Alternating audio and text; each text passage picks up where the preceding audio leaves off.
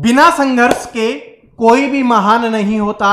जब तक ना पड़े पत्थर पर चोट, पत्थर भी भगवान नहीं होता। नमस्कार दोस्तों, मैं प्रवीण कटारिया आप सभी का आपके अपने चैनल में एक बार फिर से स्वागत करता हूं। दोस्तों, जो आपकी एसएससी जीडी की भर्ती आ चुकी है और जिसके लिए आप तैयारी स्टार्ट कर चुके हो, तो आज हमारी 20 दिन 20 क्लास की पहली क्लास होने वाली है, जिसमें हम मैथ यानी गणित का चैप्टर पढ़ने वाले हैं। परसेंटेज, प्रतिशत हम पढ़ रहे होंगे। देखिए, ये चैप्टर है वो आपके मैथ की जान है। अगर आपको मैथ में स्कोर करना है, अगर आप चाहते हो कि एसएससी जीडी में आप मैथ में पूरे में से पूरा स्कोर करो, ये सभी जब ही पॉसिबल है जब आप प्रतिशत चैप्टर को बहुत अच्छे से पढ़ लोगे, क्योंकि ये चैप्टर बाकी आपके आने वाले सभी चैप्टर की नींव होने वाला है। और आप सभी इस बात को जानते हो कि अगर नींव मजबूत होती है तो इमारत होती है वो अपने आप ही मजबूत हो जाती है। सिलेक्शन दिलवाए हैं और सिलेक्शन दिलवाएंगे, हमने बहुत सारे सिलेक्शन दिलवाए हैं, अब आपका सिलेक्शन दिलवाने की बारी है। और मैं एक बात बता देता हूं, इसी क्लास में परसेंटेज के सभी टाइप के क्वेश्चंस मैं आपको करवाने वाला हूं। कोई भी ऐसे टाइप का क्वेश्चंस नहीं होगा जो आपका छूटने वाला है। तो क्लास को लास्ट तक जरूर देखना, क्योंकि हर क्वेश्चंस में आप एक नई चीज सीख रहे होगे जो आपके एसएससी जीडी के एग्जाम के लिए बहुत जरूरी है, जो आपके फौजी बनने के जो सपना है, जो अपना लक्ष्य है, उसको पूरा करने के लिए बहुत जरूरी है। काफी मोटिवेशन, काफी एनर्जी आपके अंदर आ चुकी है, तो चलिए शुरुआत कर लेते हैं। देखिए, पहला क्वेश्चन से आपकी स्क्रीन पर, अब इसी क्वेश्चन से हम प्रतिशत का बेसिक भी समझ लेंगे कि प्रतिशत का बेसिक क्या होता है। वैसे तो आप सभी जानते ही होंगे, नहीं जानते होंगे तो मैं आपको समझा देता हूं। देखिए क्या होता है, प्रतिशत में हम सबसे ज्यादा जो यूज कर रहे होंगे वो 100 का यूज कर रहे होंगे। 100 या 100%, ये दो ही यूज हो रहे होते हैं। अब एक बात याद रख लेना, जब भी आपको प्रतिशत हटाना हो, जैसे कि देखिए ये 70% लिखा हुआ है और आप चाहते हो कि इसका प्रतिशत हटा दे, तो जब भी प्रतिशत हटाना हो आपको बटे में 100 लिखना पड़ेगा। तो ये यहां से जो प्रतिशत है वो क्या हो जाएगा, हट जाएगा। ठीक है, क्या हो जाएगा, प्रतिशत है वो आपका यहां से हट जाएगा। और जब भी आपको प्रतिशत लगाना हो, जैसे ये है, अब इसमें प्रतिशत लगाना है, तो जब भी प्रतिशत लगाना है तो क्या करना पड़ेगा, आपको 100 से गुना करना पड़ेगा, क्योंकि 100 बटे में है तो 100 से गुना करेंगे तो कितना निकल के आ जाएगा, 70% ही आपका निकल के आ जाएगा। बस ये सिंपल सी बात है। बस वैसे याद रख लो कि जब भी हटाना होगा 100 से भाग करेंगे या बटे में 100 लिखेंगे, जब 100 जो प्रतिशत लगाना होगा तो 100 से गुना करेंगे। ओके, पहला क्वेश्चन देखो, पहला क्वेश्चन है वो आपकी स्क्रीन पे दिखाई दे रहा है, वो देखिए पहला क्वेश्चन। देखिए क्या है, पहला क्वेश्चन है कि एक टीम ने 40 खेल खेले। ध्यान से सुनना। देखिए, मैथ के क्वेश्चंस को सोल्व करने का एक ही तरीका होता है, क्वेश्चंस को बहुत अच्छे से पढ़ना। और अगर आप क्वेश्चंस को बहुत अच्छे से पढ़ लेते हो तो आधा आपका वहीं पे सोल्व हो जाता है। ठीक है, तो एक टीम ने 40 खेल खेले, उनमें 24 जीते, तदनुसार उस टीम द्वारा जीते हुए खेलों का प्रतिशत कितना होगा। अब खेले कितने, 40। भाई कितने खेल खेले हैं उन्होंने, 40, और इसमें से जीते कितने हैं, 24। कुल खेले कितने, 40, उसमें से जीते कितने, 24। तो आपको बताना है जीते हुए खेलों का प्रतिशत। आपसे इसमें जीते हुए का पूछ सकता है, आप में इससे हारे हुए का पूछ सकता है कि कितने हारे हैं, किसी भी चीज का पूछ सकता है। तो हमसे जीते हुए का पूछा है, तो जिसका पूछा है उसको ऊपर लिखेंगे। तो जीते हुए कितने हैं भाई, 24 है, तो 24 को ऊपर लिखा, बटे में क्या लिखेंगे, टोटल 40। और जैसे मैंने अभी थोड़ी देर पहले बताया था, प्रतिशत पूछा है, इसका मतलब अपने को प्रतिशत लगाना है। तो प्रतिशत लगाना है तो क्या करेंगे, 100 से गुना करेंगे। तो यहां पर 100 से गुना कर दीजिए। ओके, काटिए, जितने से कट रहा है, 0 से 0 कट गई, 4 से काटेंगे, 4 6 की 24, 6 को 10 से गुना करेंगे, कितना आ जाएगा, 60%। तो ये option number C correct answer हो जाएगा। आपसे इसमें जीते हुए क्या पूछा गया था, आपसे हारे हुए का भी पूछ सकता है। तो भाई कुल मैच थे 40, जिसमें से 24 जीते हैं, तो अगर 40 में से 24 घटा दे जो जीते हुए हैं, तो हमारे पास कौन से बच जाएंगे, जो हारे हुए थे। तो एक कितना हो जाएगा, यहां से आपका 16 आ जाएगा। फिर क्या करते, 16 बटे में कितने 40, प्रतिशत के लिए कितना 100, 20 दूनी 40, 20 पंजे 100 और 2 अंठे 16, तो 8 पंजे कितना हो जाएगा 40%। अब देख लो, जोड़ के देख लो, 60% ये और 40% ये, टोटल क्या हो गया 100% हो गया बस। ठीक है, तो इस क्वेश्चन से मैंने ये समझा दिया आपको कि आपसे चाहिए हारे हुए क्या पूछे, चाहे जीते हुए क्या पूछे, कैसे भी कर सकते हो।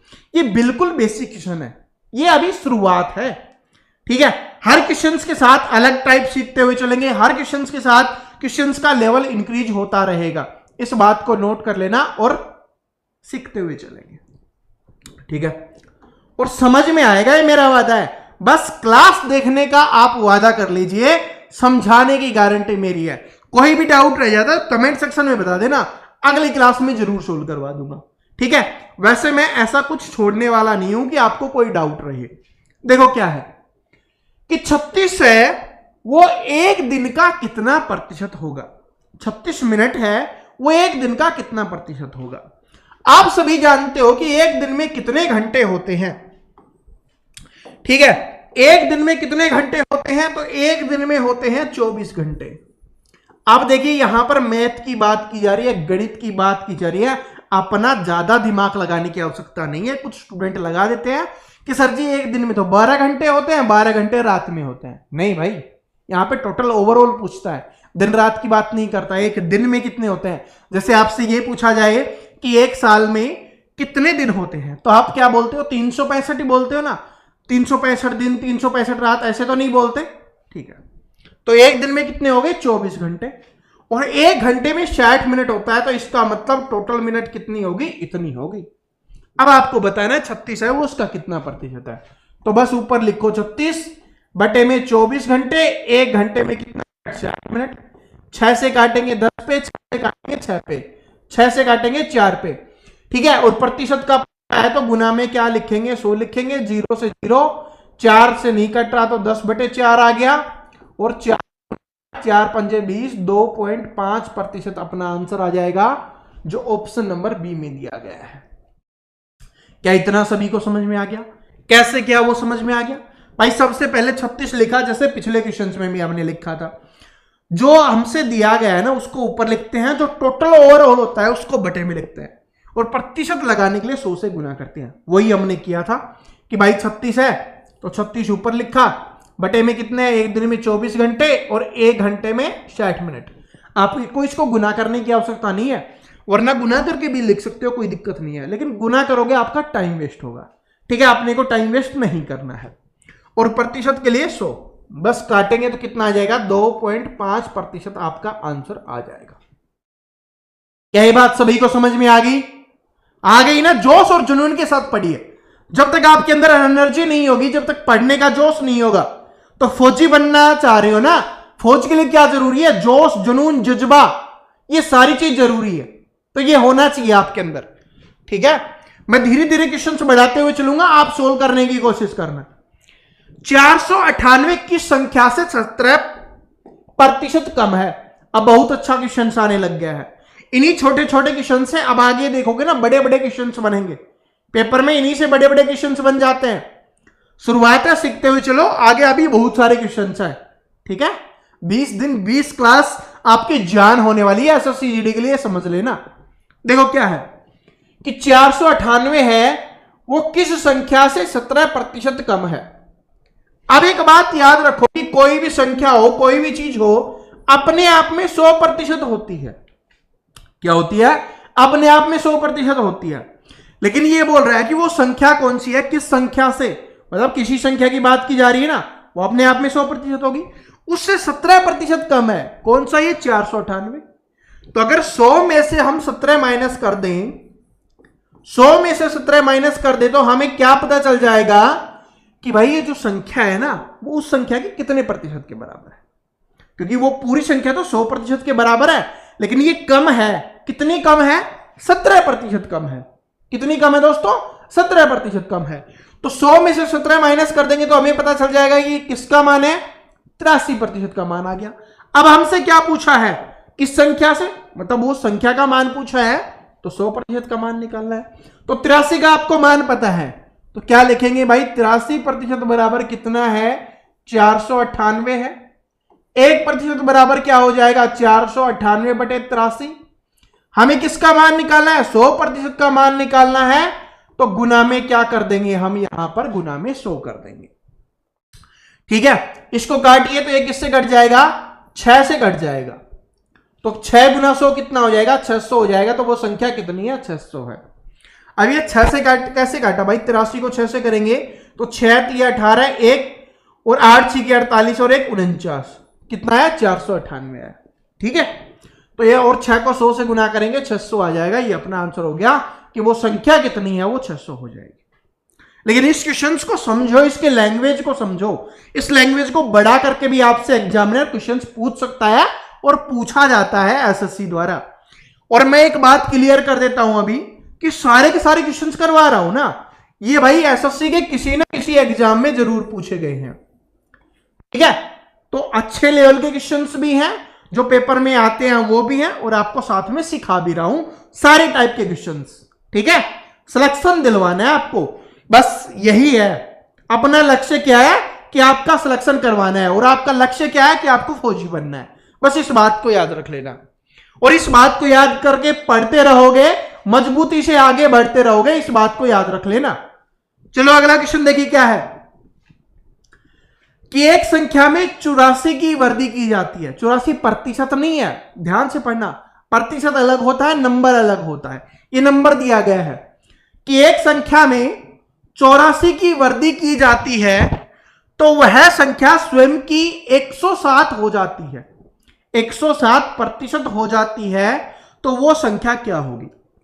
अब देखिए, मैंने अभी थोड़ी देर पहले ही बताया, मैंने बोला ना कि सिर्फ लैंग्वेज बदलती रहती है। जो पिछला क्वेश्चन हमने सीखा था ना, उसी का अलग लैंग्वेज करके थोड़ा अच्छा क्वेश्चन बना दिया। ये भी एसएससी के द्वारा पूछा गया क्वेश्चन है। तो कोई संख्या, मैंने क्या बताया था, अपने आप में क्या होती है, 100% होती है, इतना मैंने अभी आपको बताया था। अब क्या बोला कि उसमें 84 की वृद्धि कर दी जाती है, वृद्धि की जाए, बढ़ाया जाए, बढ़ रही हो, जोड़ा जाए, सभी का मतलब एक ही होता है, ऐड करना। ठीक है, मतलब जोड़ना उस संख्या में। तो 84 जोड़ने से अब क्या हो गया, 107% हो गई। पहले कितनी थी, 100, अब कितनी होगी, 107। तो भाई 107% हो गई, इसका मतलब कितनी बढ़ गई है, 107 में से 100 माइनस कर लो, 7% बढ़ गई है। कितने प्रतिशत बढ़ गई, 7%। लेकिन ये 7% किस वजह से बढ़ी है, ये 84 जोड़ा गया जिसकी वजह से बढ़ी है। तो इसका मतलब 7% का मान हमारे पास आ गया, वो कितना है, 84। 1% का मान निकालेंगे, इसके बटे में 7 आ जाएगा। हमें मान किसका निकालना है, वो संख्या क्या है, और संख्या 100% होती है, इसका मतलब 100% का मान निकालना है। 100% का मान निकालेंगे, गुना में 100 आ जाएगा। 7 से काटेंगे, 12 7 84, और 12 गुना 100 कितना हो गया, 1200 हो जाएगा। 1200 आपका आंसर हो जाएगा। क्या ये बात समझ में आ गई, सभी को समझ में आ जानी चाहिए। कोई भी ऐसा नहीं हो सकता नहीं समझ में आई हो। पिछले क्वेश्चंस को अगर ध्यान से देखा तो ये आपके लिए इजी बन गया। इसीलिए मैं बोल रहा हूं, नींव मजबूत कर लो, प्रतिशत मजबूत कर लो। अभी आगे क्वेश्चंस आएंगे ना, तब मैं आपको दिखाऊंगा, आगे आने वाले चैप्टर में क्वेश्चंस आएंगे, तब मैं आपको दिखाऊंगा कि प्रतिशत से ये चैप्टर सोल्व हो रहा है, ये क्वेश्चंस प्रतिशत से आ रहा है। अगर प्रतिशत नहीं सीखोगे अच्छे से तो आगे आने वाले, चाहे वो लाभ हानि का हो, चाहे औसत का हो, चाहे अनुपात का हो, किसी का भी हो, उसमें प्रतिशत यूज होगा ही होगा। ठीक है, चलो अगला क्वेश्चन देखते हैं। ये देखो क्या है कि एक संख्या जो 16% बढ़ने पर इतनी हो जाती है तो वो संख्या क्या होगी। क्या मुझे बताने की आवश्यकता है इस क्वेश्चन को? मेरे को नहीं लगता कि आवश्यकता होगी। तो इसका आपको आंसर क्या करना है, कमेंट सेक्शन में बता देना है। ठीक है, तभी मुझे पता चलेगा कि आप पढ़ रहे हो, सीख रहे हो। थोड़ा आइडिया दे देता हूं, कैलकुलेशन आप खुद कर लेना कि एक संख्या जो 16% बढ़ने पर इतनी हो जाती है, 16% बढ़ने पर, मैंने थोड़ी देर पहले बताया था कि वृद्धि हो रही हो, बढ़ रहा हो, लैंग्वेज अलग कर दी जाती है। देखिए पिछले वाले में वृद्धि हो रही थी, इस बार क्या हो गया, बढ़ने पर। सभी मैंने एक बारी में आपको बता दिया था। बढ़ रही है, इसका मतलब है 100 में से जुड़ रही होगी। 16% बढ़ रही है तो 100 में से 16 जोड़ेंगे तो इसका मतलब क्या हो गया, 116% हो गई। और 116% होने के कारण कितनी हो गई वो 1914 हो गई है, या 1914 आप बोल सकते हो, 1914 हो गई है। अब आपको बताना है कि वो संख्या क्या होगी। 116 का मान आपके पास है तो आपको क्या निकालना है, वो संख्या क्या होगी भाई, 100% होगी। तो 100% का मान निकालना है और आंसर कमेंट सेक्शन में करना है। तभी मुझे पता चलेगा कि मेरे चैंपियंस जो इस क्लास को देख रहे हैं उनको क्वेश्चंस बहुत अच्छे से समझ में आ रहे हैं और वो क्वेश्चंस को सोल्व भी कर पा रहे हैं। ये सबसे बड़ी बात है। मैं सोल्व कर रहा हूं, मैं समझा रहा हूं, लेकिन जब तक आप खुद सोल्व नहीं करोगे आपका कोई फायदा नहीं होने वाला। जब भी आप क्लास लो आपके पास नोटबुक होनी चाहिए, ठीक है, ताकि जो जो आपको नोट करना हो नोट कर सकते हो, कैलकुलेशन करनी हो आप कैलकुलेशन कर सकते हो। तो इस वीडियो को रोक के इसका आंसर कमेंट सेक्शन में डालना है आपको। जिसका भी सही होगा सभी को दिल देने वाले हैं, हार्ट देने वाले हैं। अगला क्वेश्चन देखिए, आपने ये क्वेश्चन बार बार देखा होगा एग्जाम्स में। देखिए क्या है कि चीनी की कीमत में 20% की वृद्धि की गई है। क्या है कि चीनी की कीमत में 20% की वृद्धि की गई है। चीनी की खपत में कितने प्रतिशत की कटौती की जानी चाहिए जिससे चीनी पर हुए व्यय में कोई अतिरिक्त वृद्धि ना हो। सबसे पहले व्यय का मतलब समझ लो, जिनको नहीं पता। व्यय का मतलब होता है खर्चा या खर्च करना, खर्च या खर्चा, ठीक है। एक्सपेंडिचर जिसको बोलते हैं, खर्चा है वो है व्यय का। इसका मतलब क्या है कि भाई चीनी की कीमत में 20% की वृद्धि होगी। जब भी प्रतिशत है हम 100 का यूज करते हैं, बहुत आसान होता है। इसका मतलब है कि पहले चीनी की कीमत कितनी थी भाई, 100 रुपए थी। पहली चीनी की कीमत कितनी थी, 100 रुपए थी। अब कितनी होगी, 20% वृद्धि। तो इसका 20% कितना होगा भाई, 100 का जितना भी प्रतिशत पूछे वो उतना ही होता है। 20%, 20, 30%, 30, 40%, 40। तो 20% 20 हो जाएगा। इसका मतलब अभी कितनी होगी है, 120 हो गई है। चीनी की कीमत है पहले 100 रुपए थी, 20% वृद्धि की वजह से कितनी होगी, 120। लेकिन वो ये बोल रहा है कि जो खर्चा है उसमें कोई भी बढ़ोतरी नहीं करनी, कोई भी वृद्धि नहीं करनी। वृद्धि बढ़ोतरी मैंने आपको बताया था, बढ़ना, ये सारी चीजें हैं। तो खर्चे को वो नहीं बढ़ाना चाहता, पहले जितना ही रखना चाहता है। तो इसका मतलब है कि 120 रुपए वाली चीज को वो 100 रुपए जितना पहले खर्च करता था उतना ही रखना चाहेगा। तो 120 से 100 पे लाना है तो कितना कम करना पड़ेगा भाई, 20 की खपत कम करनी पड़ेगी। समझ रहे हो भाई, पहले वो 100 की खर्च करता था, अब वो 120 की होगी। लेकिन वो 120 की नहीं ला रहा, वो भाई उसको 100 की चाहिए, ठीक है। तो उसको कितनी कमी करनी पड़ेगी, 20 की कमी। 20 की कमी करनी है। तो जिसकी कमी करनी हो, जो भी हो, उसको हम ऊपर लिखते हैं, इसलिए 20 हमने ऊपर लिख दिया। बटे में अब कंफ्यूजन होता है स्टूडेंट को, बटे में क्या लिखना है। बटे में वही लिखना है जिसके कंपैरिजन में हम तुलना कर रहे होते हैं। अब ये 120 है भाई, इसी में से तो कमी हो रही है, जिसमें से कमी हो रही होगी वही हमारे लिए इंपॉर्टेंट है। तो 120 है वो इंपॉर्टेंट है, तो 120 बटे में लिखेंगे। गुना में क्या हो गया, प्रतिशत के लिए 100, क्योंकि प्रतिशत लगाना है तो 100 से गुना करना पड़ेगा, प्रतिशत हटाना है 100 से भाग करना पड़ेगा, या 100 बटे में लिखना पड़ेगा। बस काट दो, 20 छिकी 120, 2 से काटेंगे 3 पे, 2 से काटेंगे 50 पे, 50 बटे 3 आ गया। तो ये क्या हो जाएगा, 16 3 48, 16 सही 2 बटे 3% आपका आंसर आ जाएगा। किसमें है, ऑप्शन नंबर बी में दिया गया, तो ऑप्शन नंबर बी क्या हो जाएगा, यहां पे करेक्ट आंसर हो जाएगा। यही बात सभी को समझ में आ गई, ठीक है। समझ में आ गई ना भाई, चीनी की कीमत में 20% की वृद्धि हुई, लेकिन वो नहीं चाहता कि उसका खर्चा बढ़े। तो भाई 100 से 120 होगी, तो 120 से उसको 100 करना है, तो कितना कम करना पड़ेगा, यही तो पूछा है कि चीनी की खपत में कितने प्रतिशत की कटौती करनी पड़ेगी। कटौती का मतलब होता है कम करना। तो कितना कम करना पड़ेगा, 20, तो उसको लिखा 20 कम करना है, कितने में से, 120 में से, उसको बटे में लिखा, प्रतिशत के लिए 100 का यूज किया, आंसर निकल गया। मुझे आशा है सभी स्टूडेंट को ये समझ में आ गया होगा, किसी को अब कोई डाउट नहीं रह रहा होगा, नहीं है ना। और डाउट रह जाता तो कमेंट सेक्शन में बता देना, लेकिन मैं ट्राई करूंगा कि आपके कोई भी डाउट ना रहे, ठीक है।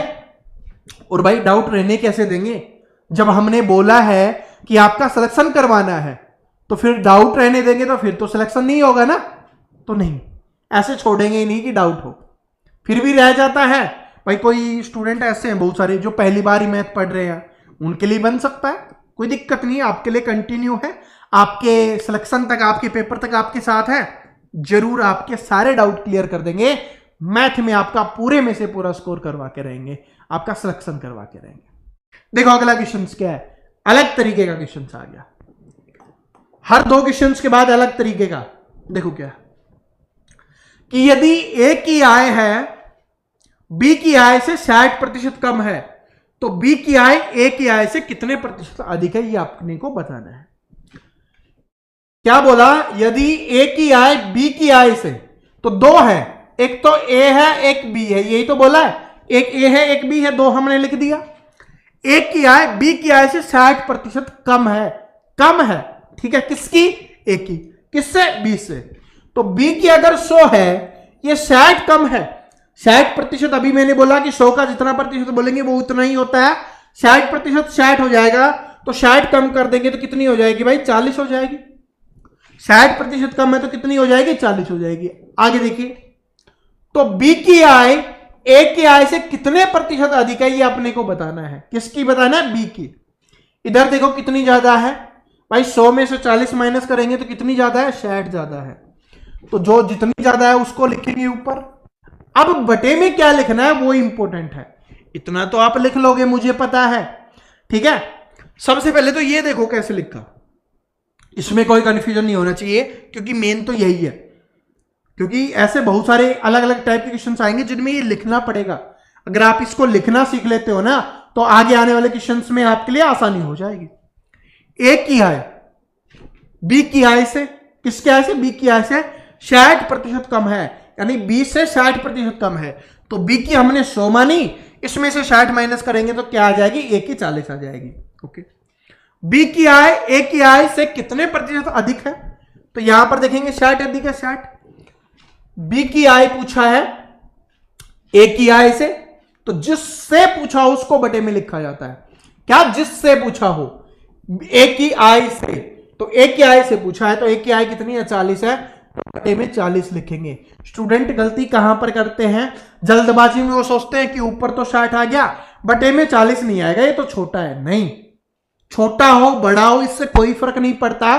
फर्क इस चीज से पड़ता है कि ए की आय पूछा है या किसकी पूछा है।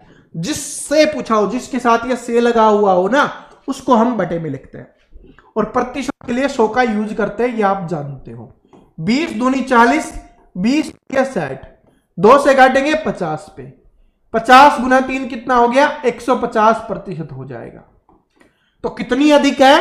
150% अधिक है। Option number B correct answer हो जाएगा। इस क्वेश्चन में मैंने अच्छा खासा टाइम दिया आपको, ताकि आप समझ जाओ और आगे आने वाले क्वेश्चंस आपके लिए आसान बन जाए। चलो अगला क्वेश्चंस। और देखिए मैं एक बात बता देता हूं, ये क्वेश्चंस है ना आपकी एसएससी जीडी के लिए सबसे ज्यादा इंपॉर्टेंट क्वेश्चंस होने वाला है, क्योंकि ये टाइप है एसएससी जीडी की फेवरेट रही है और एसएससी जीडी में सबसे ज्यादा बार पूछी जाती है। तो इसको समझ लोगे कि आगे आने वाले इसमें अलग अलग तरीके के क्वेश्चंस इससे बनते हैं जो आपके लिए इंपॉर्टेंट होने वाले हैं। और ये भी एसएससी के एग्जाम में पूछा गया क्वेश्चन ही मैं आपके लिए लेके आया हूं और बहुत ही अच्छा क्वेश्चन है। क्या है? पढ़िए कि एक संख्या में 30% की वृद्धि हुई। कोई एक संख्या थी जिसमें क्या हुआ कि 30% की वृद्धि हुई, उसके बाद फिर 25% की कमी आई, फिर 25% की वृद्धि हुई। तो संख्या में कितने प्रतिशत की शुद्ध वृद्धि या कमी हुई है, और ये आपको निकटतम पूर्णांक में आपको बताना है। इसका मतलब ये लगभग दशमलव में आने वाला है, जिसको पूरा करके आपको बताना है। ठीक है, इसको अपन 2 तरीके से कर सकते हैं। एक तरीका क्या है कि इसको a plus minus B plus minus A B बटे 100 वाले से भी कर सकते हो, और दूसरा तरीका कौन सा है वो मैं आपको समझा देता हूं। मैं दोनों तरीके ही आपको समझा देता हूं, जो भी आपको अच्छा लगे उस तरीके से कर लेना, और कमेंट सेक्शन में जरूर बताना कि आपको कौन सा अच्छा तरीका लगा है। ठीक है, ताकि आगे हम प्रैक्टिस ऐड करवाएं तो उसमें हम उस तरीके से ही करवा दें। ठीक है, पहला या दूसरा कमेंट सेक्शन में जरूर बता देना। ठीक है, देखो क्या है कि 30% की वृद्धि हुई है। तो मान लो भाई कि कोई भी संख्या जो अपने आप में क्या होती है 100 है, प्रतिशत का यूज करते हैं 100 मान लेते हैं कि वो संख्या 100 थी, उसमें क्या हुआ 30% की वृद्धि हुई। तो थोड़ी देर पहले मैंने आपको बताया था, फिर से याद दिला देता हूं कि जब भी वृद्धि हो रही होगी, बढ़ रही होगी, बढ़ोतरी हो रही होगी, 100 में से जोड़ के लिखते हैं। जब भी कमी हो रही होगी, कम हो रहा होगा या कटौती हो रही होगी, 100 में से माइनस करके लिखते हैं। ठीक है, इस बात को याद रख लेना। तो 30% की वृद्धि हुई है तो जोड़ेंगे, तो 100 में से 30 जोड़ेंगे तो 130 हो गया, और 130 प्रतिशत है, प्रतिशत हटाना है तो बटे में हम क्या लिख देंगे 100 लिख देंगे।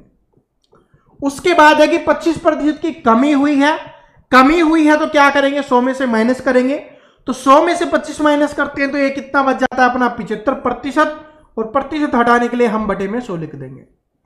उसके बाद क्या है दोबारा 25% की वृद्धि हो रही है, वृद्धि हो रही है तो 100 में जोड़ के लिखेंगे 125% और बटे में 100 हो जाएगा प्रतिशत हटाने के लिए। बस इसको काट दीजिए, आंसर अपना लगभग निकल के आ जाएगा। 25 × 75, 25 चौके 100, 25 चौके 100, 25 पंजे 125।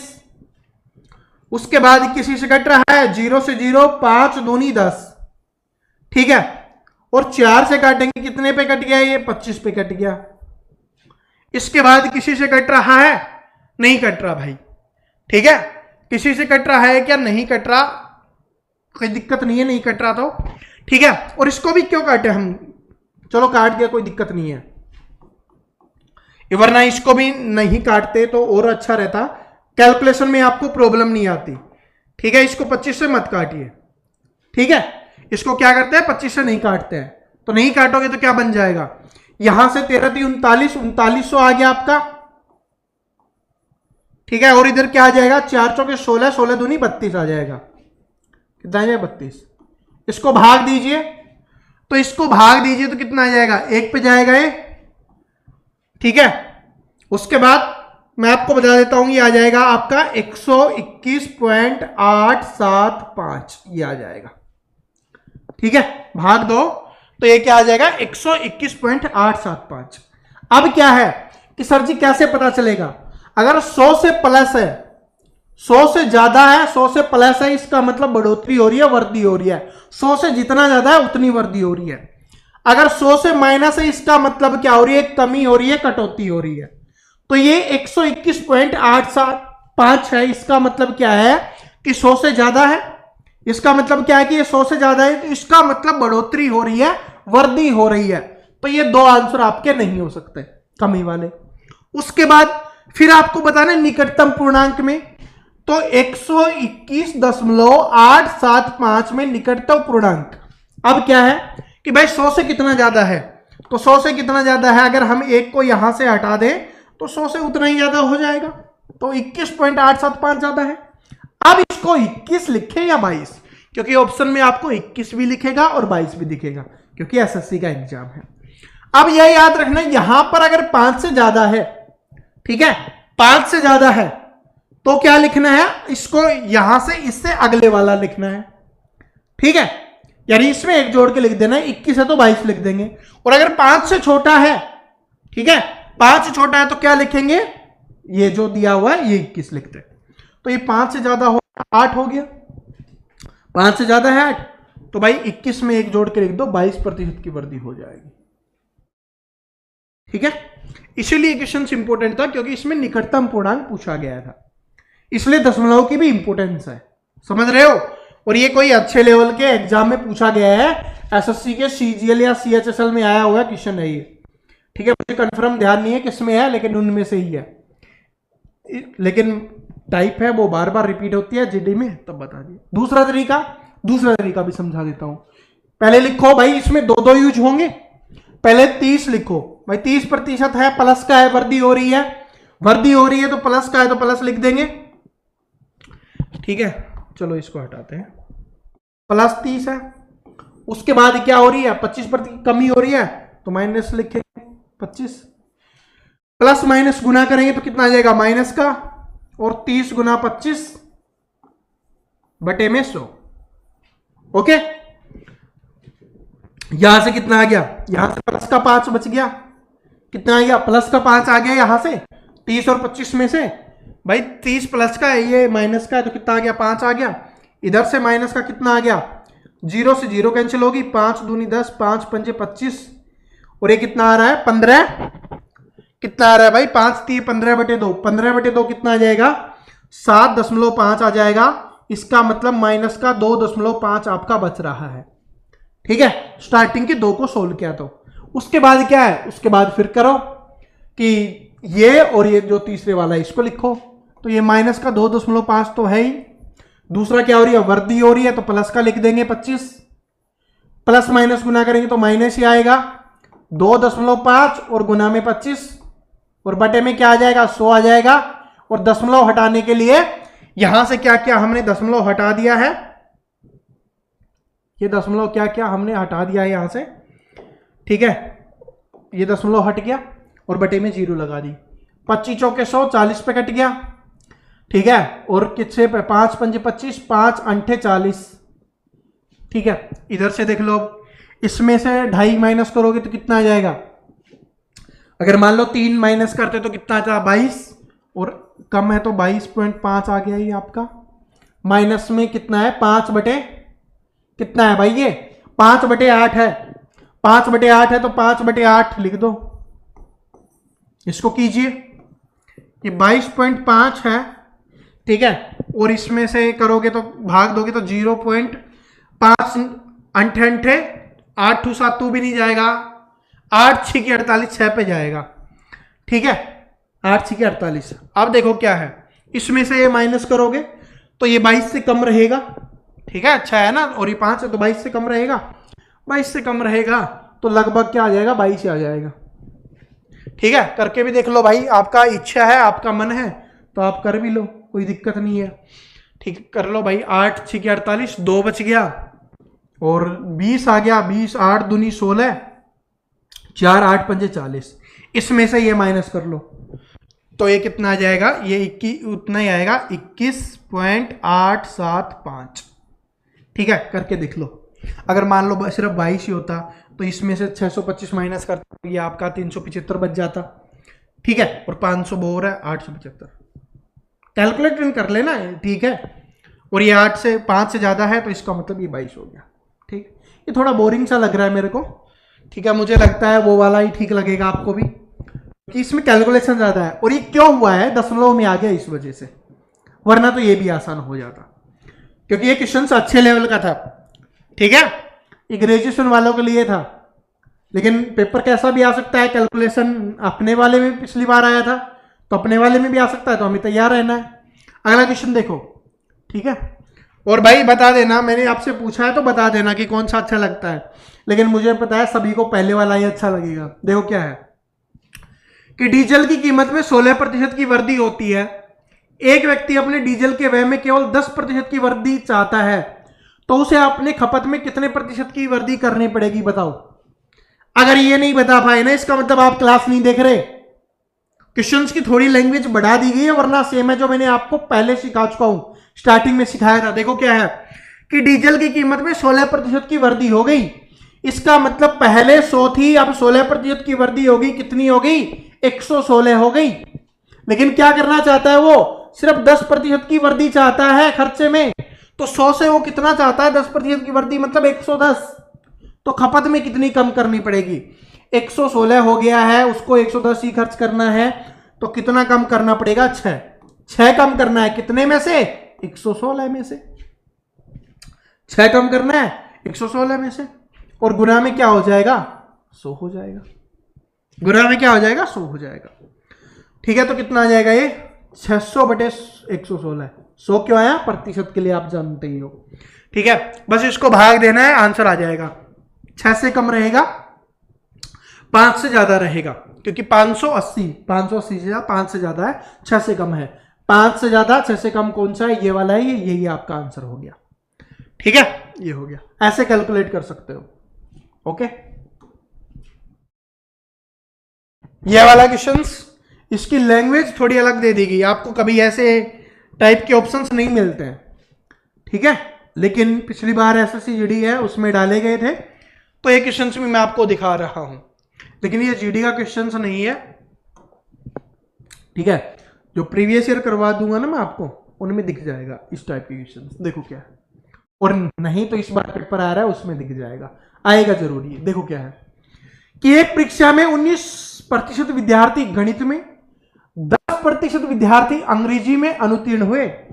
यदि सारा विद्यार्थियों में से 7% विद्यार्थी दोनों विषयों में अनुत्तीर्ण हुए हैं, तो दोनों विषयों में उत्तीर्ण होने वाले विद्यार्थियों की संख्या क्या होगी? बड़ा ही सिंपल है। इसके लिए क्या करना पड़ेगा, इसको और इसको आप जोड़ लो, कि अलग अलग वाले हैं ना, तो इनको जोड़ लो। तो क्या होगा, 19 प्लस 10 कितना हो गया? 29 हो गया। कितना हो गया भाई? 29। और साथ में क्या करना अपने को, 19 प्लस 10 हो गया। साथ में जो दोनों में कॉमन है, क्योंकि ये यदि सारे विद्यार्थी यदि सारे विद्यार्थियों में से 7% विद्यार्थी दोनों विषयों में, अब दोनों में कॉमन हो गया, वो इसमें से घटा दो, माइनस कर दो। कितना है? 7 है। तो 29 में से 7 कम करोगे, कितना आ गया? 22% आ गया। तो फेल होने वाले कितने हैं? 22 है। फेल होने वाले कितने हैं? 22 है। अपने से क्या पूछा है? उत्तीर्ण। देख ले, उत्तीर्ण का मतलब क्या होता है? पास। उत्तीर्ण का क्या मतलब होता है? पास होता है। अनुत्तीर्ण का मतलब क्या होता है? फेल होता है। इस बात को याद रख लेना। टोटल विद्यार्थी 100%, उसमें से 22% क्या हो गए? फेल हो गए। तो 100 में से 22% माइनस कर देंगे, तो पास होने वाले विद्यार्थी आ जाएंगे, और वो कितने हो जाएंगे? 78%। तो क्या हो जाएगा? सभी विद्यार्थियों का 78% विद्यार्थी क्या हुए हैं? उत्तीर्ण हुए हैं। ठीक है, क्या हो गया? उत्तीर्ण हुए, पास हुए। चलो अगला क्वेश्चन देखिए क्या है। अगला क्वेश्चन कि उत्तीर्ण होने हेतु आवश्यक अंक 40% है। उत्तीर्ण होने हेतु आवश्यक अंक कितने हैं? 40% है। यानी पास होने के लिए, अभी मैंने बताया ना कि उत्तीर्ण का मतलब क्या होता है? पास। तो पास होने के लिए अंक कितने चाहिए? 40% अंक चाहिए। कितने चाहिए भाई? 40% अंक चाहिए। दिमाग लगाना, सोल्व हो जाएगा। सिर्फ दिमाग लगाओगे, सोल्व हो जाएगा। कि उत्तीर्ण होने के लिए आवश्यक अंक है 40%। किसी छात्र ने 250 अंक मिलते हैं, कोई छात्र है जिसको 250 अंक मिले, परंतु फिर भी वह 38 अंकों से अनुत्तीर्ण हो जाता है, यानी फेल हो जाता है। तो अधिकतम अंक क्या है? तो आपको बताना है कि अधिकतम अंक का मतलब होता है कि पेपर कितने नंबर का था, पूरा पेपर कितने नंबर का था। ठीक है, ये आपको बताना है। देखो 40% चाहिए पास होने के लिए, लेकिन कोई भी छात्र था, उसने क्या किया? 250 अंक प्राप्त किए, और साथ में कितने अंकों से फेल हो गया? वो 38 अंकों से फेल हो गया। अगर उसके 38 अंक और हो जाते तो वो पास हो जाता। तो इसका मतलब 250 उसने अंक प्राप्त कर लिए, और 38 और ले आता, जो टोटल कितने बन जाएंगे? 288, और इससे क्या हो जाता? वो पास हो जाता। इतना समझ में आ गया? क्या इतनी बात सभी को समझ में आ गई कि भाई 250 है, वो उसने मिल गए, उसने ले लिए थे, लेकिन अगर 38 अंक और ले लेता तो वो पास हो जाता, क्योंकि जितने से फेल हुआ है उतने अंक ले लेता तो पास हो जाता। तो कितने? 288 हो जाते उसके, और पास हो जाता। लेकिन पास होने के लिए कितने चाहिए? 40%। इसका मतलब ये किसका मान आ गया? 40% का। तो 40% का मान अगर आपके पास आ गया, क्या आप 100% का मान नहीं निकाल सकते? बिल्कुल निकाल सकते हैं सर जी। तो निकाल दीजिए भाई 100% का मान, गुना में 100।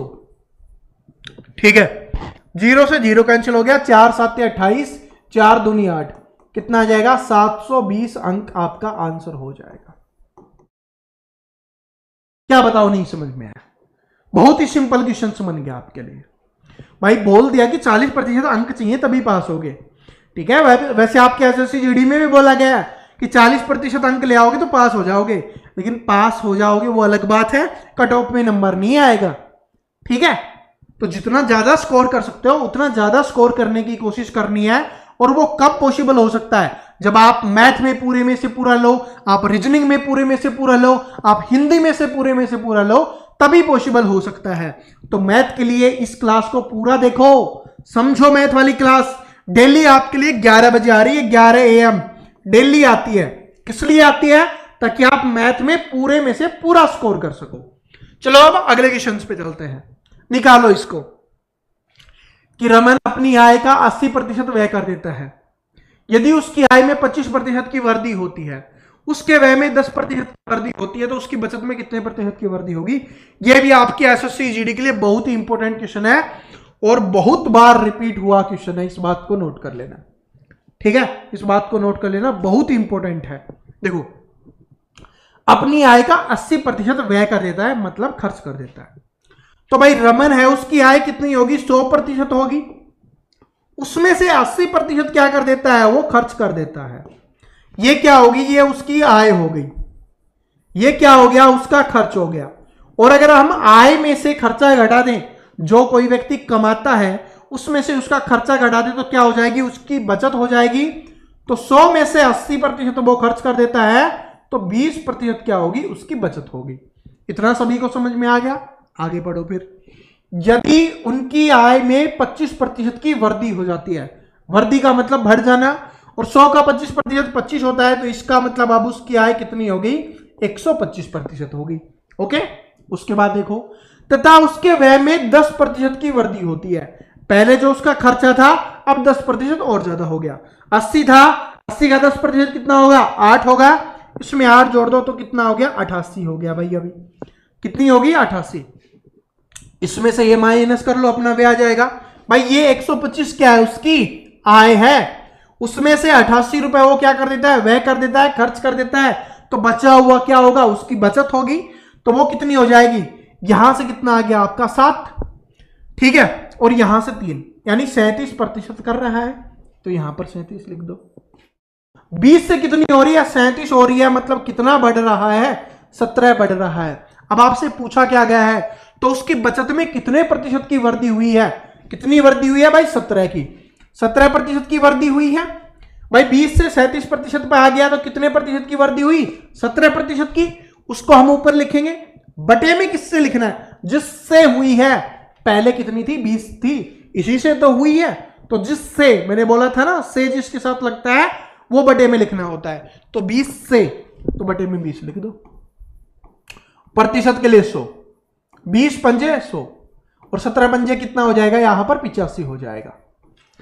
ठीक है, ये आपका आंसर हो जाएगा।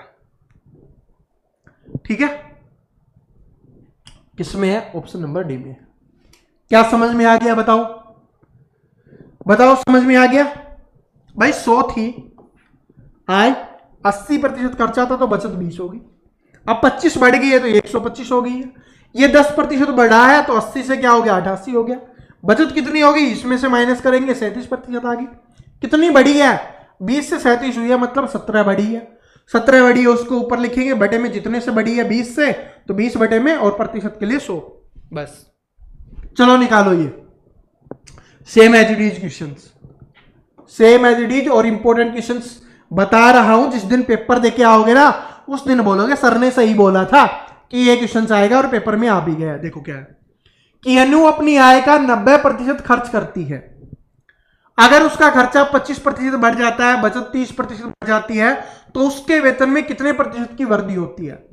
इसमें क्या होता है, एग्जामिनर देखिए आपसे आय पूछ सकता है, आपसे खर्चा पूछ सकता है, आपसे बचत पूछ सकता है। इसमें बचत बढ़ी कितनी ये पूछा गया था, इससे आपसे खर्चा भी कितना बढ़ सकता है वो भी पूछ सकता है। बस वही है, सिंपल। ठीक है भाई, आय क्या होती है? इन दोनों को जोड़ने पर ही तो प्राप्त होता है। ऐसा ही क्वेश्चन ये वाला है। चलो समझा देता हूं। ठीक है, अनु अपनी आय का 90% खर्च करती है, तो ये उसकी क्या होगी? आय होगी, जो क्या होगी भाई? 100% होगी। उसके बाद क्या हो गया? उसका व्यय हो गया, खर्चा हो गया, जो 90% है। तो उसकी बचत कितनी हो जाएगी? बचत भाई 10%, क्योंकि 100 में से जो व्यक्ति 90 खर्च कर देगा, उसके पास कितना बचेगा रे? उसके पास 10 ही तो बचेगा, तो उसके पास 10 बचा है। ठीक है, यदि उसका खर्चा 25% बढ़ जाता है, इसका क्या है? 25%।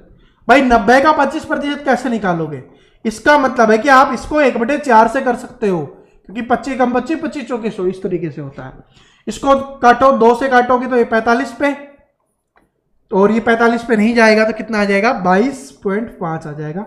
ये खर्चा बढ़ गया है, तो इसमें से 22 ये जोड़ दो, 10 जोड़ोगे तो 100 हो जाएगा, और 12 और जोड़ दो। ठीक है, तो कितना हो जाएगा? 112.5% क्या हो गया? उसका खर्चा हो गया। ठीक है, क्योंकि ये क्या हुआ? 25% बढ़ा है। ठीक है, आगे देखिए क्या है? बचत है वो 30% बढ़ जाती है, जो उसकी बचत है वो 30% बढ़ जाती है। इसका 30% कितना होगा? 10 का 30% हो जाएगा 3। तो इसका मतलब बचत कितनी हो गई है? अब उसकी 13% हो गई है। ठीक है, कितनी बोली है? 30% बोली है ना, तो 10 का 30% 3 ही होता है। बहुत ज्यादा कंफ्यूज होने की जरूरत नहीं है, निकाल सकते हो भाई। 10 का 30% अपने को निकालना है, 2 जीरो से 2 जीरो कैंसिल, कितना आएगा? 3 ही आएगा। ओके, तो ये कितना हो गया? 13 हो गया। अब अपने को बताना है तो उसके वेतन में कितने प्रतिशत की वृद्धि हुई, बताओ। उसके वेतन में, वेतन का मतलब क्या होता है? आय। इससे कंफ्यूज कर देता है, और जो स्टूडेंट पहली बार तैयारी कर रहे होते हैं वो कंफ्यूज हो जाते हैं कि सर जी आय वेतन इनमें क्या फर्क है? दोनों का मतलब एक ही होता है, आय हो, वेतन हो, ठीक है, इनकम हो, सैलरी हो। कभी कभी इंग्लिश वाले हिंदी में लिख के दे देता है, इसलिए बता रहा हूं आपको। बस क्या करो, इसमें से जोड़ो तो कितना हो जाएगा? ये 13 और 12 कितना होता है? 25। तो 125.5 हो गया, सॉरी ये हो गया। कितना बड़ा है? 100 से कितना हुआ? 125.5। तो ये इसका कितना हो जाए? उतना ही प्रतिशत। मैंने आपको बताया था कि 100 से जितना ज्यादा उतनी वृद्धि, तो 25.5 है। अब 100 का प्रतिशत निकालो तो सेम रहता है, निकालना चाहो निकाल सकते हो कि भाई 25.5 है, ये बड़ा है, वो 100 से, प्रतिशत के लिए 100, 2 जीरो से 2 जीरो, आपका टाइम वेस्ट ही होगा। वैसे तो मैंने सिंपली आपको बता ही रखा है। तो कितना आ जाएगा? ये 25.5 आ जाएगा। तो ये किस में है? ऑप्शन नंबर ए में है। समझ में आया?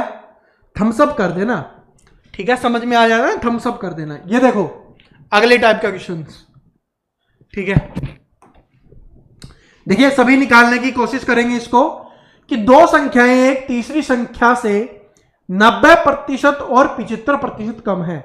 मैंने पिछले 3-4 क्वेश्चंस पहले बोला था कि लिखना सीख लोगे तो आगे आने वाले क्वेश्चंस आपके लिए आसान बन जाएंगे। ये आ गया।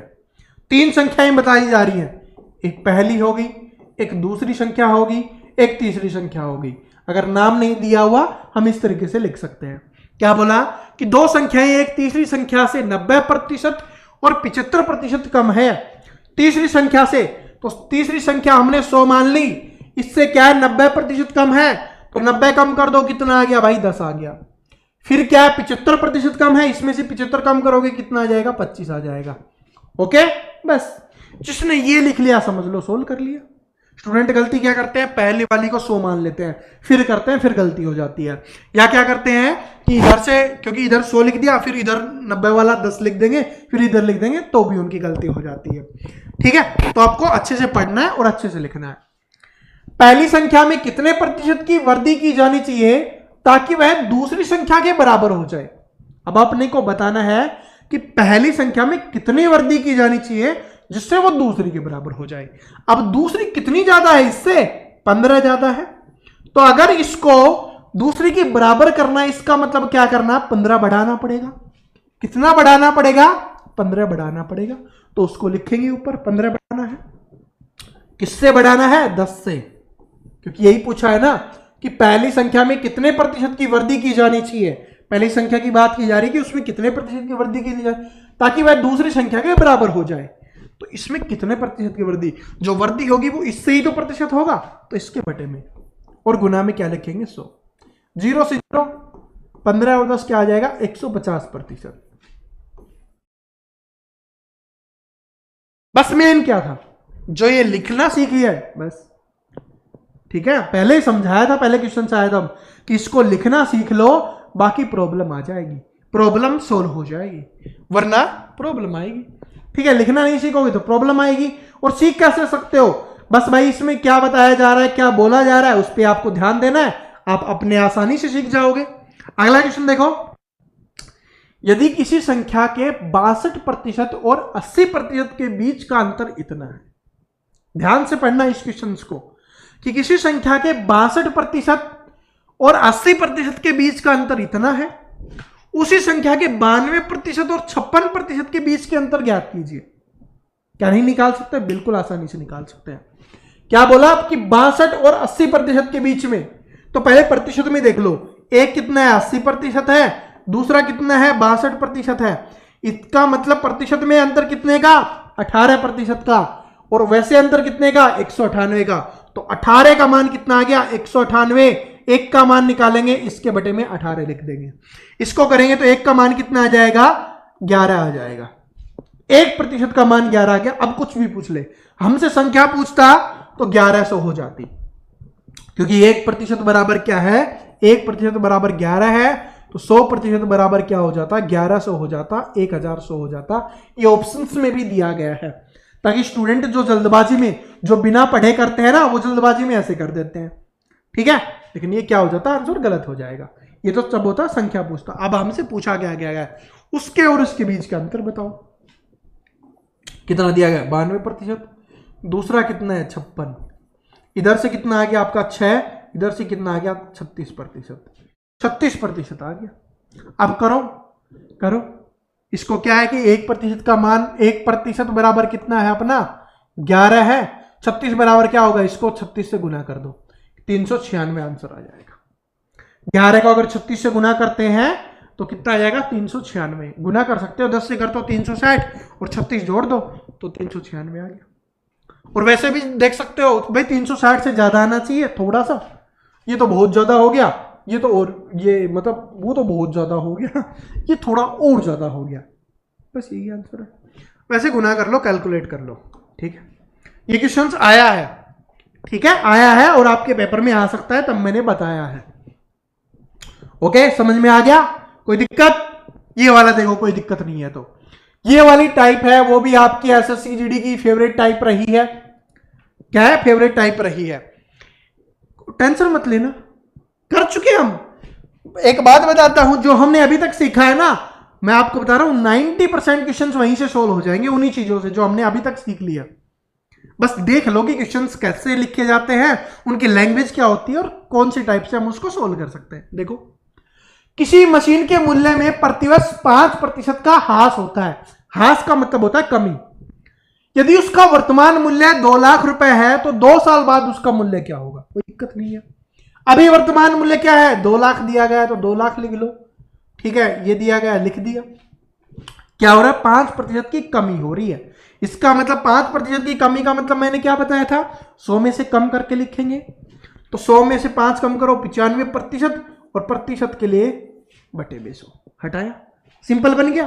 कितनी बार हो रहा है, क्या 1 साल की बात की जा रही है उतनी बार लिख दो, 2 साल की बात हो रही है 2 साल लिख दो। क्या है कि 4 जीरो से 4 जीरो कैंसिल होगी, 4 जीरो से 4 जीरो कैंसिल होगी, ठीक है। इसका गुना करो, आपका आंसर निकल जाएगा, ठीक है। 20 को 20 गुना 95 गुना 95, बताओ कितना आएगा ये, बताओ कितना आएगा, बताओ बताओ कितना आएगा, जल्दी बताओ।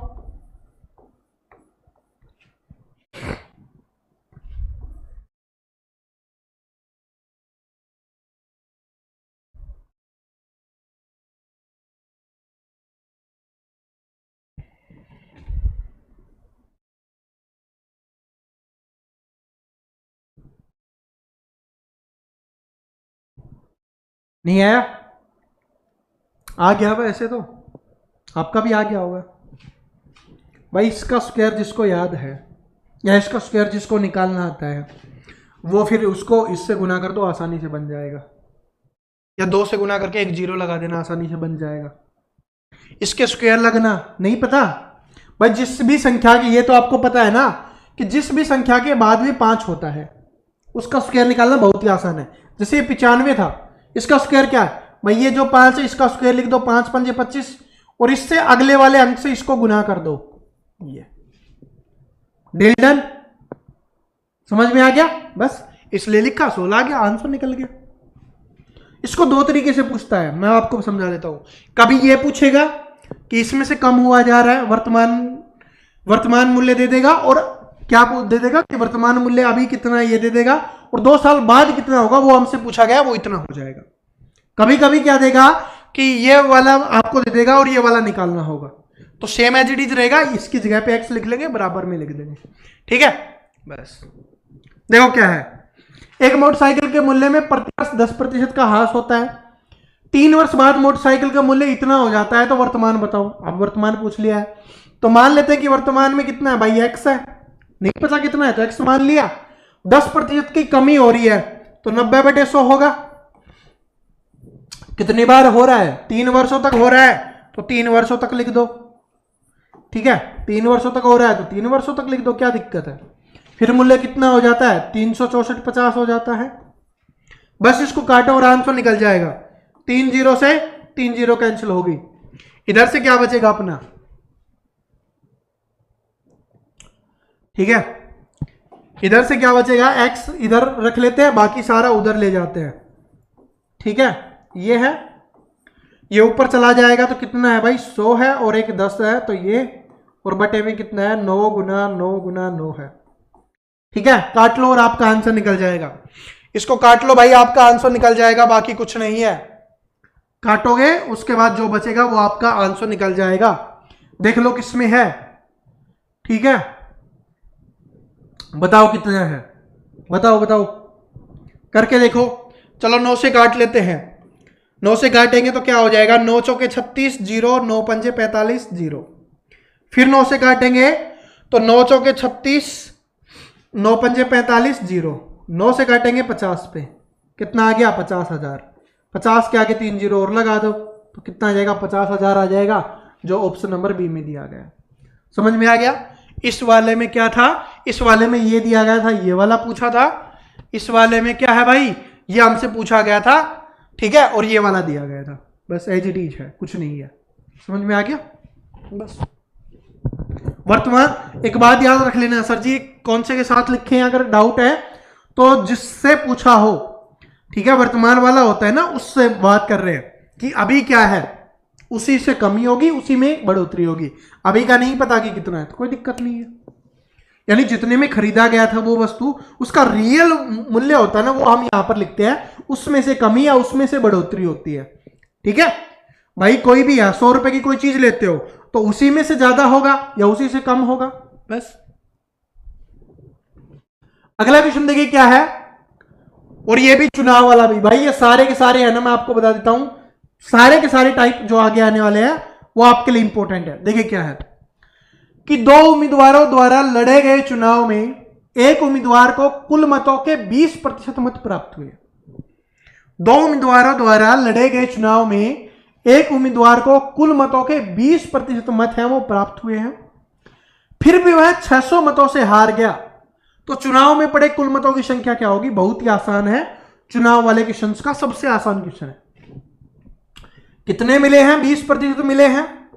दूसरे को कितने मिले होंगे? 80% मिले होंगे, क्योंकि टोटल मत कितने होंगे भाई? 100% होंगे, इतना आप सभी जानते हो। अंतर कितने का है भाई? 60% का है, और इसकी वजह से क्या हुआ? 600 मतों से हार गया, तो 60% से हारा है। 60 बराबर 600, 1 बराबर क्या हो जाएगा? यहां से 1 बराबर इसके बटे में 60 कर लो, कितना आ गया? 10 आ गया। 1 बराबर कितना आ गया? 10 आ गया। तो चुनाव में पड़े हुए मत, तो 1% बराबर 10 है, तो 100% बराबर क्या होगा? इसको 10 से गुना कर दो, कितना आ जाएगा? 1000 आ जाएगा। तो ऑप्शन नंबर डी क्या हो जाएगा? यहां पे करेक्ट आंसर हो जाएगा। ठीक है, ये बहुत ही आसान क्वेश्चन था। ठीक है, अब ये वाला अगले क्वेश्चन देखिए। देखिए चुनाव का अब अगला क्वेश्चन है, ये अच्छे लेवल का क्वेश्चन है। देखिए पढ़िए कि 2 उम्मीदवारों के बीच हुए एक चुनाव में रवि को कुल वैध मतों के 65% मत प्राप्त हुए। यदि मतों की कुल संख्या 6000 थी और 25% अवैध मत थे, तो अन्य उम्मीदवार सुशील को कितने वैध मत प्राप्त हुए, ये अपने को बताना है। ठीक है, आप सभी जानते हो कि जो वैध मत हैं और अवैध मत हैं, अवैध मतलब ऐसे डाल दिए जाते हैं जो फर्जी जिनको बोलते हैं ना, वो वाले। तो अब बोला कि 2 उम्मीदवारों के बीच एक चुनाव हुआ, ठीक है, जिसमें रवि को कुल वैध मतों का 65% प्राप्त हुआ। अब रवि है, जो रवि है उसको कितने मिले हैं भाई? 65% मिले हैं। कितने मिले हैं? 65% मिले हैं। यदि मतों की कुल संख्या 6000 थी, अब मत कितने थे? 6000 थे, ये भी आपको बता दिया गया है कि कितने मत थे? 6000 थे, और 25% अवैध थे। इसमें से क्या हो गया? 25% अवैध थे, तो या तो इसका 25% निकाल के इसमें माइनस कर लो, या डायरेक्ट 75% निकाल दो। तो 25% ही निकाल देते हैं हम। 25 चौके 100, 4 से काटेंगे 1500, तो इसका मतलब है 1500 क्या हो गए? अवैध मत हो गए। तो इसमें से 1500 माइनस कर लो, 4000 क्या हो जाएंगे, ये आपके हो जाएंगे वैध मत हो जाएंगे। क्या इतना सभी को समझ में आ गया भाई? टोटल मत कितने थे? 6000। उसमें से क्या है 25% अवैध थे जो इसमें से माइनस कर दिए, तो वैध हमारे पास बच गए जो कितने हैं, 4500 हैं। ठीक है, उसके बाद क्या बोला गया है, तो अन्य उम्मीदवार सुशील को कितने मत मिलेगी अपने को बताना है। जब अपने पास वैध मतों की संख्या आ गई और रवि के बारे में हमें पता चल गया कि रवि को 65% मिले हैं, तो सुशील का अपने को निकालना, क्या नहीं निकाल सकते? जब 100% वैध मत है, ठीक है, उसमें से 65 इसको मिल गए, तो सुशील को कितने मिले होंगे? 35% मिले होंगे। सुशील को कितने मिलेंगे? 35%। टोटल कितने हमारे पास? 4500। इसका बस 35% निकाल दो, सुशील का निकल के आ जाएगा। 2 जीरो से 2 जीरो कैंसिल होगी, इन दोनों का गुना करो और आपका आंसर है वो निकल के आ जाएगा। ठीक है, सभी के अंत में 5 है, अगर एक आधे के अंत में होता तो हम देख लेते हैं। अब क्या करना पड़ेगा, अपने को गुना ही करना पड़ेगा। चलो गुना कर देते हैं, 45 और 35 का गुना कर देते हैं। 5 पंजे 25, 2 20, 2 22, 5 3 15 और 12 और 1 13, 5 7 5 7 5 1 1575। 1575 आपका आंसर आ जाएगा। ठीक है, आपसे ये भी पूछ सकता है, सुशील का पूछा उस तरीके से रवि का भी पूछ सकता है, तो क्या निकाल देंगे, जो 4500 उसका 65% हम निकाल देंगे। ठीक है, बस समझ में आ गया।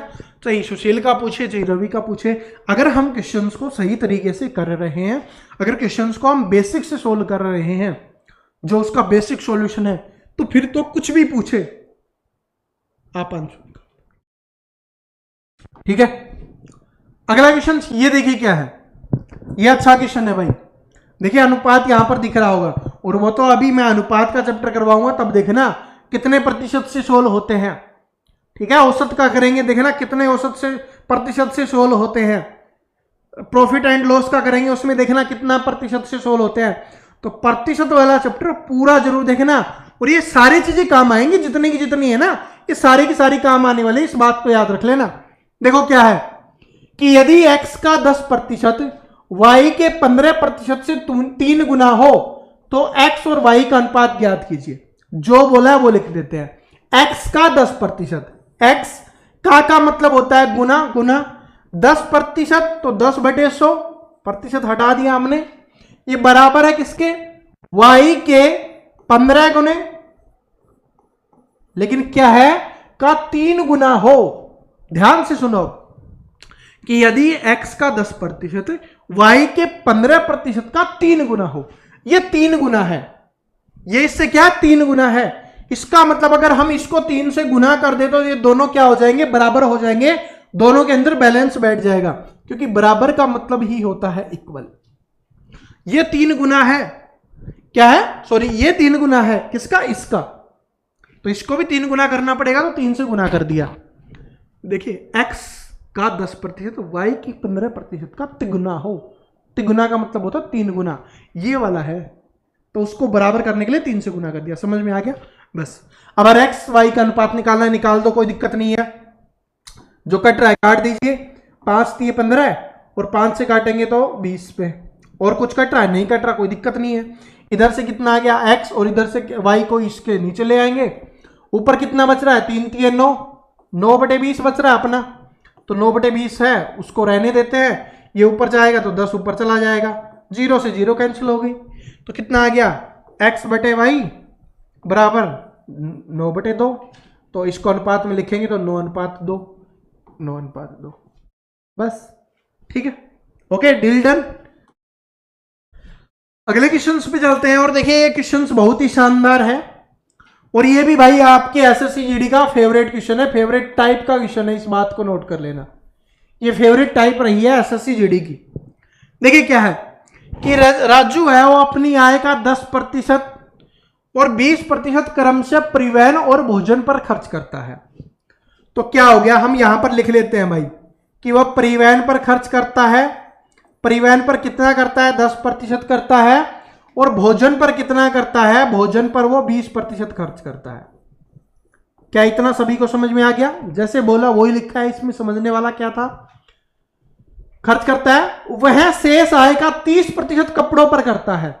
अब देखना यहां पर शेष लिखा गया है, अगर शेष ना लिखा जाता, भाई 100 है, 100% उसकी आय है, जिसमें से 10 परिवहन पर कर दिया, 20 भोजन पर कर दिया, तो इसका मतलब क्या हो गया? 30 हो गया। ठीक है, आगे हम 30 और लिख देते, जो किस पे करता है? वो कपड़ों पर करता है, वो लिख देते। लेकिन इसमें क्या बोला? शेष आय का। अब जो शेष आय बच चुकी है इतना खर्चा करने के बाद, तो 100 में से 30 वो खर्चा कर चुका है, तो 100 में से 30 माइनस कर दो, कितना बच गया? 70% बच गया। स्टूडेंट यहीं पे कंफ्यूज होते हैं और यहीं पे गलती करते हैं। ठीक है, तो 70% बच गया। अब इस 70 का 30% कपड़ों पर करता है। शेष का बोला है, अगर शेष का नहीं बोलता तो डायरेक्ट 30 लिख देते, कोई दिक्कत नहीं थी। तो इसका 30%, तो 70 का 30% कितना हो जाएगा? ये हो जाएगा आपका 21 हो जाएगा। इसका मतलब है टोटल का 21% खर्च करता है। तो कपड़ों पर कितना कर दिया उसने? 21% कर दिया। आगे देखिए क्या है? वह अपनी शेष आय को वह बचत करता है, जो बच गया उसकी बचत करता है, और उसकी बचत कितनी है? इतनी है। तो 20, 10, 30, 30, 20, 50 और 1 51, यानी 51% उसने खर्च कर दिया। 100% उसकी आय थी, जिसमें से 51% उसने खर्च कर दिया है, तो 49% क्या होगी? उसकी बचत होगी। और ये बचत कितनी दी गई है? वो दी गई है 26,460। तो हमसे पूछा है तो भोजन तथा कपड़ों को मिलाकर कुल खर्च कितना होगा? भोजन और कपड़ों का, भोजन और कपड़ों का, देखिए इधर देख, ध्यान से पढ़ना, भोजन और कपड़ों का पूछा है, तो भोजन पे 20 और कपड़ों पे 21, दोनों को जोड़ेंगे तो 41%। तो 39% का मान अपने पास है ही, अपने को 41 का निकालना है, 1 का निकालेंगे तो इसके बटे में 49 आएगा, अपने को 41 का निकालना है तो गुना में क्या आ जाएगा? 41 आ जाएगा। इसको काट के देखिए किससे कट रहा है? इसको 7 से काट देते हैं, 7 7 49, 7 से इसको काटेंगे, 7 21, ठीक है, 5 बच गया, 7 7 49, कितना बच गया? फिर 5 बच गया, 7 8 56 और 0 ये। फिर दोबारा 7 से कटेगा, 7 5 35, 2, 7 चौके 28, ये बस गुना कर लो, आपका आंसर आ जाएगा 54। 540 गुना 41 करो और आपका आंसर निकल जाएगा। ठीक है, 0 के बाद 4 आना चाहिए, 0 के बाद 4 किस में है? इन 2 में है, तो अपने को गुना ही करना पड़ेगा। तो गुना कर लो भाई 54 और 41 का, 54 और 41 का करोगे तो पहले तो 54 आ जाएगा, 41 का 4 चौके 16, 1 20 और 1 21, कितना आ गया ये? 4 1 2 2, 22 14, किसके साथ है? ऑप्शन नंबर ये।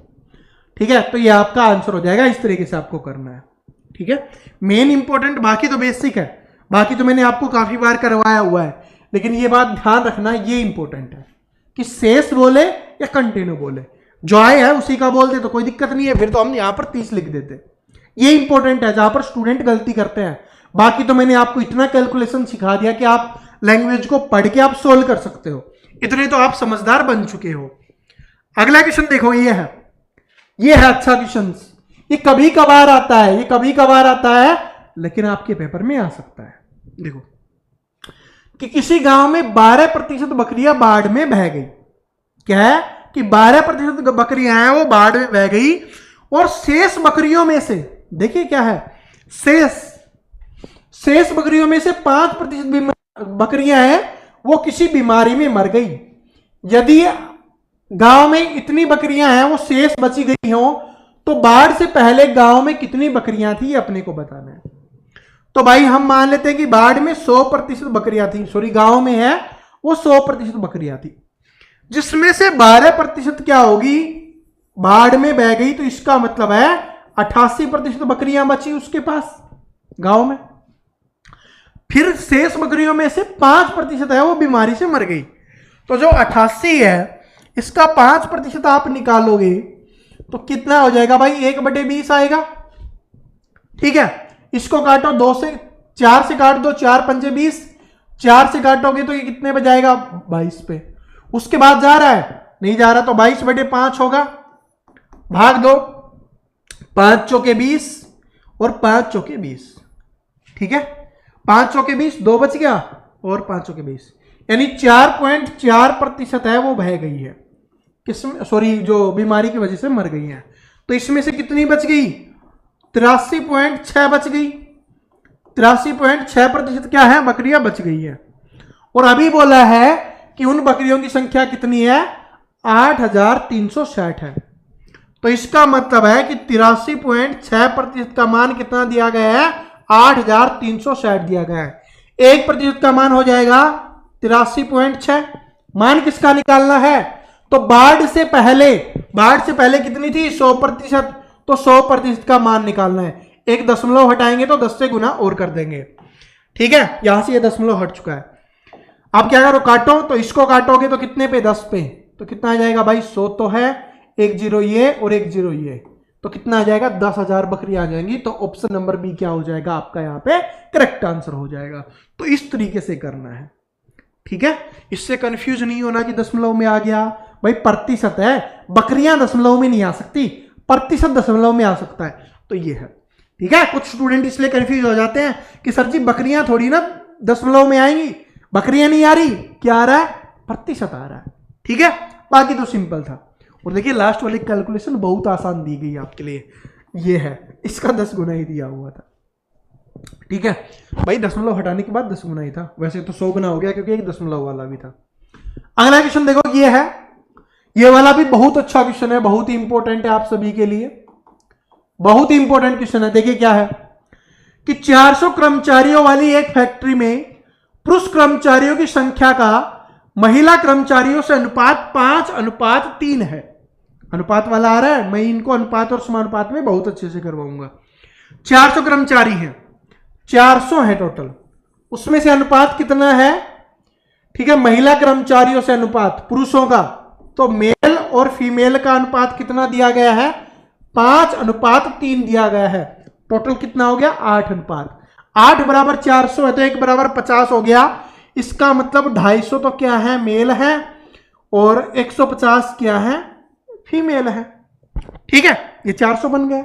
आगे देखिए, यदि फैक्ट्री में 87.5 नियमित कर्मचारी हैं, यानी कि 87.5 है वो नियमित कर्मचारी है, इसका मतलब है कि डेली आते हैं।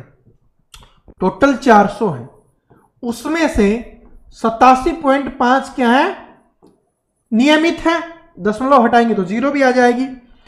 2 0 से 2 0 कैंसिल हो गया, 2 से काटो 5 पे, 2 दूनी 4, इसको 5 से काटेंगे तो कितने पे जाएगा भाई? ये 5 एकम 5, 5 7 35, 5 पंजे 25, बस कर लो, कितना आ जाएगा? 350 आ जाएगा।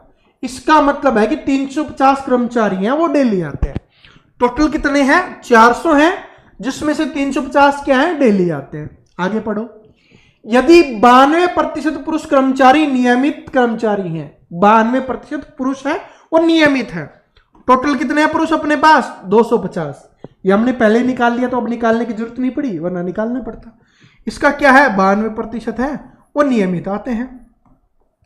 तो 0 से 0, 5 दूनी 10, 5 पंजे 25, 2 से काटोगे 2 चौके 8, 2 छिकी 12, इसको गुना करो 6 पंजे 3 और 20 और 3 23, यानी 230 है वो कंटिन्यू आते हैं। टोटल कंटिन्यू कितने आते हैं? 350, उसमें से 230 है कंटिन्यू कौन? पुरुष आते हैं। तो इधर से कितना बच गया? 120 बच गया। अब 120 कौन है? महिलाएं हैं, वो आएंगी। तो नियमित महिला कर्मचारियों का प्रतिशत कितना है?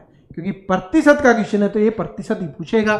ठीक है, तो 120 है वो, 150 का कितना प्रतिशत है ये बता दो।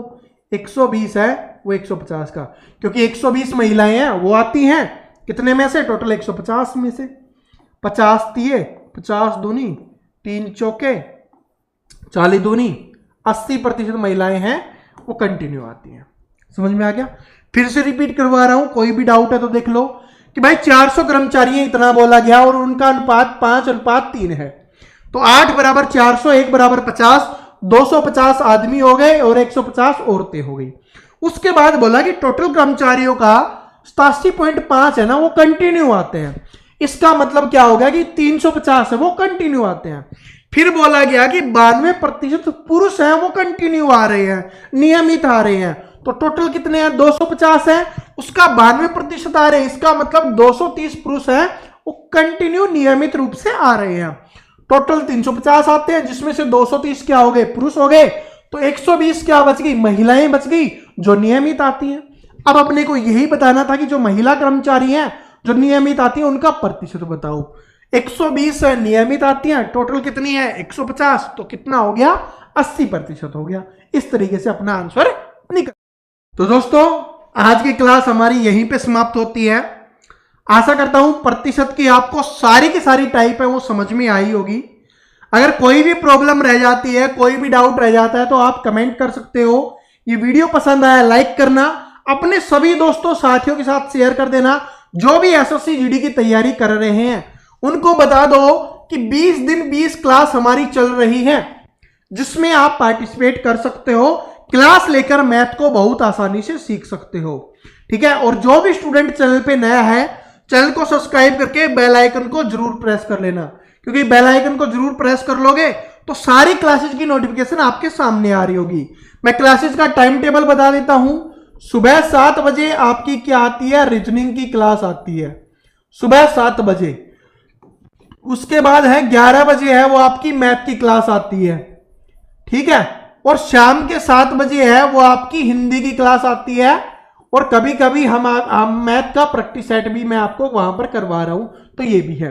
ये तीनों टाइम टेबल नोट कर लेना अपने लिए, ठीक है। तो मिलते हैं नेक्स्ट वीडियो में, तब तक हंसते रहिए, मुस्कुराते रहिए, पढ़ते रहिए। Thank you so much, all the best.